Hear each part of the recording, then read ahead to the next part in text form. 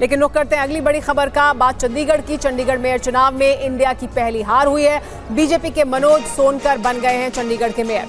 कांग्रेस और आम आदमी पार्टी के उम्मीदवार को हराकर बीजेपी के उम्मीदवार ने चुनाव जीता। विपक्ष ने लगाया है धांधली करने का आरोप। हाईकोर्ट में अपील करेगी आम आदमी पार्टी और कांग्रेस, लेकिन इंडिया ने गठबंधन का उम्मीदवार यहां पर उतारा था, लेकिन यहां जीत हासिल नहीं हुई। आम आदमी पार्टी और कांग्रेस के मेयर उम्मीदवार को बीजेपी के मेयर उम्मीदवार ने जीत दर्ज की और कहा यह जा रहा है अब कांग्रेस और आम आदमी पार्टी की तरफ से कि वो हाईकोर्ट जाएंगे और वहां जाकर अपील करेंगे।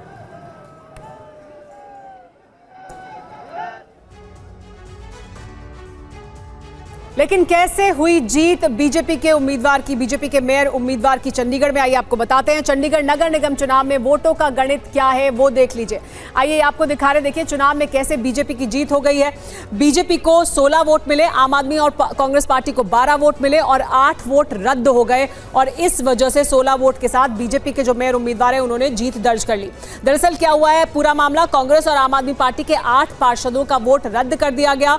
इस वजह से नतीजे में जो नतीजा आया उस चुनाव में बीजेपी की जीत हो गई। हालांकि अब आम आदमी पार्टी और कांग्रेस ये कह रही है कि वो हाईकोर्ट जाएंगे इस पूरे मामले को लेकर, लेकिन फिलहाल जीत हो गई है बीजेपी के मेयर उम्मीदवार की। इंडिया की ये पहली हार हुई है। हमारे साथ मोहित जुड़ गए हैं और ज्यादा जानकारी के लिए सीधे उनका रुख कर लेते हैं। मोहित, बहुत उम्मीद थी आम आदमी पार्टी और कांग्रेस को कि उनके उम्मीदवार की जीत होगी, क्योंकि वो साथ मिलकर इस चुनाव में उन्होंने अपना कैंडिडेट सामने रखा था। उसके बावजूद हार हुई है। क्या प्रतिक्रिया बीजेपी की तरफ से और क्या प्रतिक्रिया आम आदमी पार्टी और कांग्रेस की? देखिए 8 वोट कैंसिल हुए हैं और टेक्निकल ग्राउंड पर ये वोट्स कैंसिल किए गए हैं, लेकिन वो टेक्निकल ग्राउंड क्या है ये अब तक सामने नहीं आया। इसी वजह से आम आदमी पार्टी और कांग्रेस ने पंजाब हरियाणा हाई कोर्ट में एप्लीकेशन लगा दी है। जो गठबंधन के मेयर पद के उम्मीदवार हैं कुलदीप सिंह, उन्होंने याचिका लगा दी है जिस पर कल सुनवाई होगी। उन्होंने मांग की है कि जो 8 वोट कैंसिल किए गए हैं उनका टेक्निकल ग्राउंड बताया जाए कि आधार क्या था।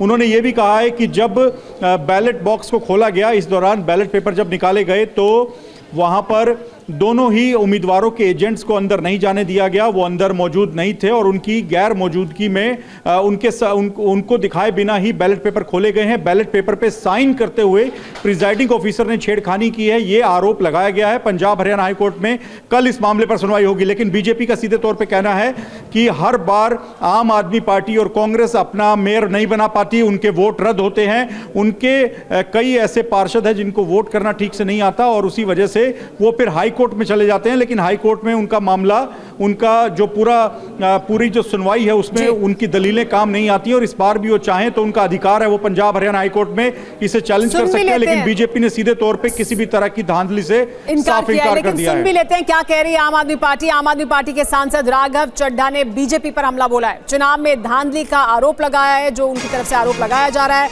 आज जो हुआ वो देशद्रोह है, कहा है राघव चड्ढा ने। हालांकि टेक्निकल ग्राउंड पर जो वोट हैं 8 वोट उन्हें रद्द किया गया है, लेकिन क्या आधार है हालांकि ये अभी तक सामने नहीं आया है। आम आदमी पार्टी और कांग्रेस का कहना है कि वो हाईकोर्ट जाएंगे। क्या कहा है राघव चड्ढा ने, वो भी सुनिए। आज जो हमने चंडीगढ़ मेयर चुनाव में देखा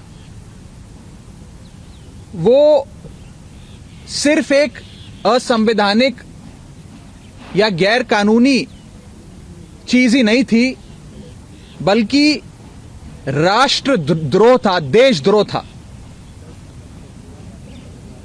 आज जो हमने फर्जीवाड़ा, जो गैर कानूनी काम, जो इलीगैलिटी चंडीगढ़ मेयर चुनाव में देखी है, उसे सिर्फ और सिर्फ राष्ट्रद्रोह कहा जा सकता है। आप सभी ये बात जानते हैं कि मेयर के चुनाव में 20 वोट इंडिया गठबंधन के पास थे और मात्र 16 वोट भारतीय जनता पार्टी के पास थे। 15 और 7 में अगर मैं एक और अन्य वोट भी जोड़ दूं, जहां 20 वोट आम आदमी पार्टी और कांग्रेस पार्टी के इंडिया गठबंधन के पास थे, वहां गठबंधन का जीतना, इंडिया अलायंस का जीतना तय था। और अपनी हार को सामने देख बीजेपी ने षड्यंत्र रचे